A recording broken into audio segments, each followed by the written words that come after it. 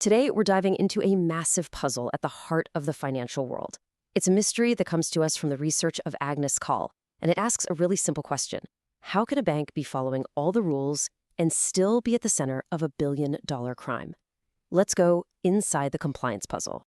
So let's start with a number, just to set the scene. 200 billion euros. That's how much dirty money washed through a single tiny branch of Danske Bank in Estonia. This wasn't just a mistake, you know? This was the biggest money laundering scandal in European history. And that right there is the puzzle. It's the big question we're here to answer. How on earth does a bank get the thumbs up from regulators, a passing grade for being compliant, while at the very same time it's acting as a superhighway for illegal cash? It just doesn't sound possible, does it? But it happened, and we're going to break down exactly how. To piece this all together, we're going to follow the clues through 6 key parts. We'll start with the scandal itself.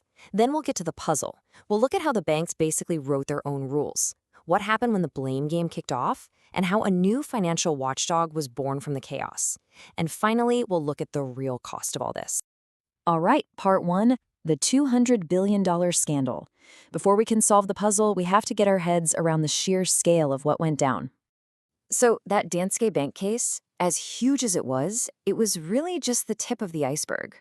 Pretty soon, the spotlight turned to other huge banks, like Swedbank, with another 135 billion euros in suspicious flows. And then SEB, with almost 26 billion. This wasn't just one bad apple. The entire system had a problem.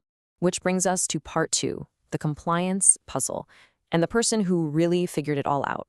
You'll see, the key to this whole thing actually comes from a very personal place.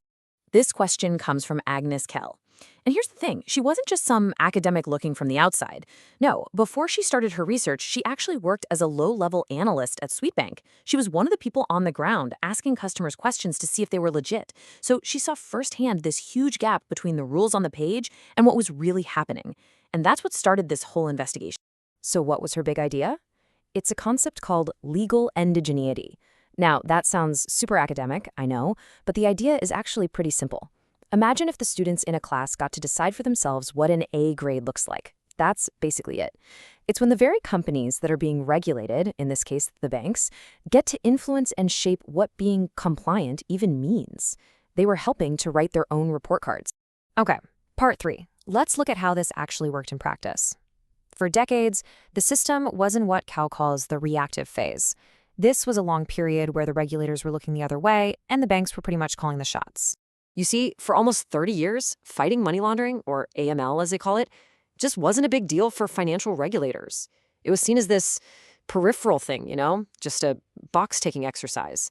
Their real focus was on other stuff, and that created this massive gray area, this huge opening for the banks. And this table just lays it out perfectly. Look on the left. The regulators had these lukewarm attitudes, they kind of supervised from the sidelines, and they mostly just deferred to the bank's expertise. And the result? Check out the right side.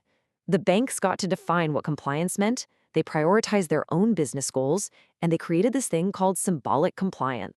Now, symbolic compliance is the real kicker here. It's all about looking good on paper. It means you have the fancy policies, you have the thick procedure manuals, you have the training programs. You're creating the appearance of following the rules. But in reality, you're not actually stopping crime. It's basically a performance, a big show of being compliant. And for years, the regulators bought a ticket to that show. But of course, that cozy setup couldn't last forever. Which brings us to part 4, the blame game begins. This is the vulnerable phase, when journalists blew the whole story wide open and the whole world changed like overnight. And the dominoes just fell one after another. First, Danske Bank in 2017, then Swedbank in 2019.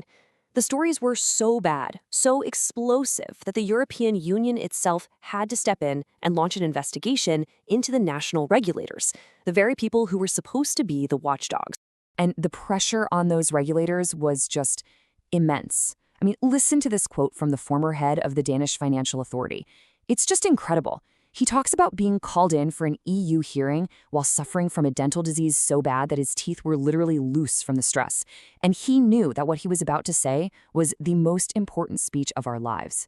Wow, this wasn't just a job for these people. It was a personal crisis. So that old, friendly, cooperative vibe between the banks and the regulators, it just shattered. Instantly, it became adversarial. Everyone was just scrambling to avoid getting the blame. The regulators, who used to just trust the banks, were suddenly in the hot seat, desperately trying to prove they weren't asleep on the job. This crisis forced a massive change. And that leads us to part 5, a new financial watchdog. In this proactive phase, the EU basically decided the old system was broken, threw it out, and started building something completely new. And here's the before and after right here. The old system was this messy patchwork of different national rules, inconsistent enforcement, and way too much trust in the banks.